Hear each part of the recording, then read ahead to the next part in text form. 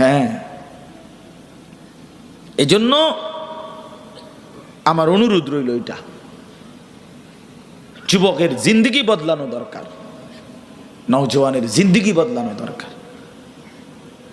10 জন যুবক, 5 জন যুবক, 20 জন যুবক, 7 জন যুবক, অল্প কয়েকজন যুবক ইমানের হিম্মতে যদি বলিয়ান হয়, যুবক যদি নড়ে ওঠে, যুবক যদি সেজদা দেয়, যুবক যদি নিজের ইমান পেশ করে, আল্লাহর ওয়াদা আছে। আল্লাহ নওজওয়ান বলতেছে, আল্লাহ নওজওয়ান তুই বদলাইলে আমি গোটা জাতি বদলে দেব, আমি গোটা দেশ বদলে দেব, গোটা দেশ। আসহাবে কাহাফের ঘটনা আছে কোরআন শরীফে। মাত্র 7 জন যুবক ইমানদার হইছে, পুরা দেশ মূর্তি পূজক, বাপ মা 14 গোষ্ঠী সুদ্ধা, দেশের প্রধান জনগণ সবাই মূর্তি পূজা করত, শিরিক মুশরিক ছিল। সেখান থেকে মাত্র 7 জন যুবক ঈমান আনছে আল্লাহর উপরে, দেশবাসীকে ছেড়ে দিছে, কুফরির রাস্তা ছেড়ে গুহায় আশ্রয় নিছে। আল্লাহ তাআলা কাছে দোয়া করছে গুহায় ঢুইকা, রব্বানা আতিনা মিন লাদুনকা রাহমা, আল্লাহ আপনি আমাদেরকে আপনার পক্ষ থেকে রহমত দান করেন। ওয়া হাইয়্যি লানা মিন আমরিনা রাশাদা, আল্লাহ আপনি আমাদেরকে আমাদের জিন্দেগির পথ কি করব আমরা, আমাদের সঠিক গন্তব্য আপনি সহজ করে দেন, আপনি দিক নির্দেশনা দেন, আমরা এখন কি করব। আমি মজা করে বলি, কোরআন শরীফে আছে, আল্লাহ যেন বলছে, আচ্ছা অনেক বড় হিম্মত করছো যুবক, পুরা জাতির মোকাবেলায় নিজেরা ইমানদার হয়ে আমি আল্লাহর কাছে আসছো, কষ্ট হয়েছে তোমাগো, একটু ঘুম যাও, একটু শো খাইতো, যা হইব ফর হইব হঠাৎ তুইটা, বুঝেন নাই কথাটা? আগে এখন একটু কি করো, ঘুমাও, কত শো দিল, শোয়াইয়া 309 বছর। ওয়ালাবিসু ফি কাহফিহিম 300 ওয়াজদাদু 9। আল্লাহ বলেন আমি তাদেরকে ঘুম পাড়াইয়া রাখলাম গুহায় 309 বছর। কয় বছর?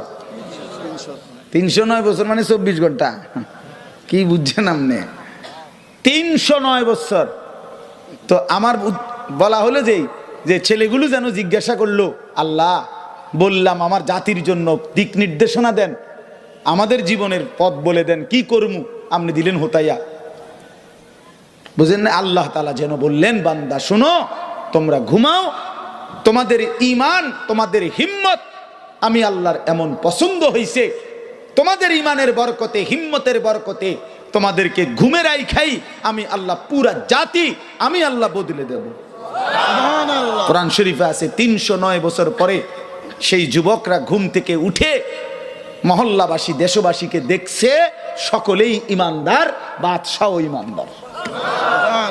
হ্যাঁ, যুবক শুধু নিজের অধিকার চাইছিল, নিজের কোটা প্রত্যাহার চাইছিল। হ্যাঁ, আল্লাহ বলছে ঠিক আছে, লড়ে সরে উঠছ তো পুরা জাতি বদলে দেবো, যা। বুঝছেন? যুবক নড়লে আল্লাহ পছন্দ করে, নওজোয়ান নড়ে উঠলে কি করে আল্লাহ খুশি হয়, খুশি হয়। এই জন্য আমি অনুরোধ করলাম মুসলমানের নওজোয়ানকে পরিবর্তনের ফিকির করেন, বেশি ইসলাহি মজলিসের ইন্তজাম করেন। আপনারা যারা সদস্য আছেন, আপনারা সদস্য বাধ্যতামূলক ভাগ করে করে আল্লাহওয়ালাদের বিভিন্ন ইসলাহি মজলিসা হয় ঢাকাতে, আশেপাশে অনেক বড় বড় বুজুর্গদের মাসিক মজলিস হয়, কোথাও বৃহস্পতিবার, কোথাও শনিবার, এরকম আছে জায়গায় জায়গায়।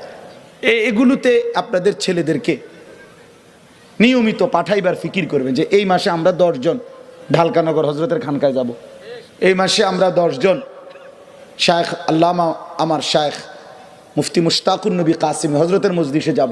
মানে এরকম ভাগ করে করে ছেলেরা যান। এই আসা যাওয়ার মাধ্যমে আমার খুলনার হজরত বলেন, হজরত মাওলানা মুফতি নুরুল আমিন সাহেব হজরত বলে, যেই নদীতে জোয়ার ভাটা আছে এই নদী জীবিত, জোয়ার ভাটা বন্ধ হয়ে গেলে নদী মরে যায়।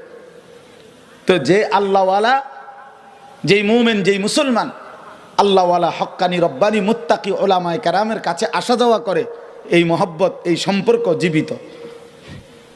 আসা যাওয়া না করলে মরে যায়, মুর্দা হয়ে যায়। এই জন্য এটা একটা ফিকির করবে। এইভাবে চেষ্টা করে বিভিন্নভাবে, অর্থাৎ ওইটাও করেন, মানুষের সেবা, মানুষের কল্যাণ, এটাও হবে, কিন্তু মানুষের পরিবর্তন এটা এক নম্বর। কথা বুঝছেন কিনা? আল্লাহ তাআলা আমার নওজোয়ান ভাইদেরকে সর্বোচ্চ তৌফিক দান করেন। আমিন। সম্মানিত হাজিরিন, এবার কোরআনুল কারীমের 6টা আয়াত আমি আপনাদের সামনে পড়ছি। অল্প একটু সময় আর এই তর্জমাটা শুনাই। আমরা যারা এখানে আসছি, এখানে বসছি, আমাদের কাছে আল্লাহ তাআলার প্রধানতম চাওয়া, আল্লাহ তাআলা আমাদেরকে ঈমান দিয়েছেন, মুসলমান পরিচয় দিয়েছেন, এটা আল্লাহ তাআলার সবচেয়ে বড় ইহসান ও কারাম। কোন মানুষের উপরে আল্লাহর সবচেয়ে বড় দয়াটা কি? সবচেয়ে বড় দয়া হলো যাকে আল্লাহ তাআলা ঈমান দান করেছেন। কালেমা লা ইলাহা ইল্লাল্লাহ, এই দৌলত যাকে আল্লাহ দিয়েছেন, যার কলিজার মধ্যে কালেমা আছে, যার জবানে কালেমা আছে, যার জিন্দেগীর মধ্যে কালেমা আছে, এটাই আল্লাহর পক্ষ থেকে দেওয়া সর্বশ্রেষ্ঠ নিয়ামত। সর্বশ্রেষ্ঠ নিয়ামত আল্লাহ তাআলা আমাদেরকে দিয়েছেন। কালেমার মোকাবেলায় 7 আসমান ও জমিন কিছুই না। নবী সাল্লাল্লাহু আলাইহি ওয়াসাল্লাম বলেন, 7 আসমান ও জমিনকে যদি এক পাল্লায় রাখা হয়, কালেমা লা ইলাহা ইল্লাল্লাহকে যদি ভিন্ন পাল্লায় রাখা হয়, নিশ্চিত কালেমার পাল্লাটাই ভারী হবে। সুবহানাল্লাহ। তো আল্লাহ তাআলা সেটা আমাদেরকে দিয়েছেন। আমরা নিজেদেরকে মুসলমান পরিচয় দেই না? আমাদের এখন এখানে আমরা যারা বসছি, যে কেউকেই যদি বলি কালেমাটা বলেন, স্বাচ্ছন্দ্যে স্বতঃস্ফূর্তভাবে বিনা সংকোচে সে বলবে, ঠিক কি না বলেন না কেন? কারণ এই নিয়ে তার কোনো অসন্তুষ্টি নাই, এই নিয়ে তার কোনো লজ্জিত কোনো অনুভূতি নাই।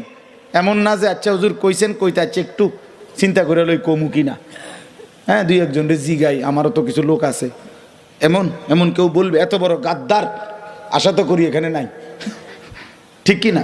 তাইলে এই যে নিয়ামত আল্লাহ আমাদেরকে দিয়েছেন, আল্লাহ দয়া করে দিয়েছেন। ভাই, আমি কেন মুসলমানের ঘরে জন্ম নিলাম, আরেকজন কেন নাফরমানের ঘরে জন্ম নিল, এক্ষেত্রে আমারও কোনো যোগ্যতা নাই, তারও কোনো ব্যর্থতা নাই, সবটাই রব্বে কারীমেরই ফয়সালা, আল্লাহর ফয়সালা। আমি গত আগস্ট মাসে এক চিল্লা সফরে ছিলাম, উত্তরবঙ্গ দিনাজপুর। এই 40 দিনের সফরে আমি একদিন 72 বছর বয়স্ক একজন হিন্দু লোককে কালেমার দাওয়াত দিছিলাম। 3 জন আলেম মিলে আমরা, ওনার 2 ছেলে মুসলমান কিন্তু চাচা হিন্দু। 72 বছর লোকটার বয়স। 2.5 ঘন্টা ওনারে বুঝাইছিলাম। আমরা 3 জন কাঁদছিলাম। আমি কাঁদছি ওই চাচার জন্য।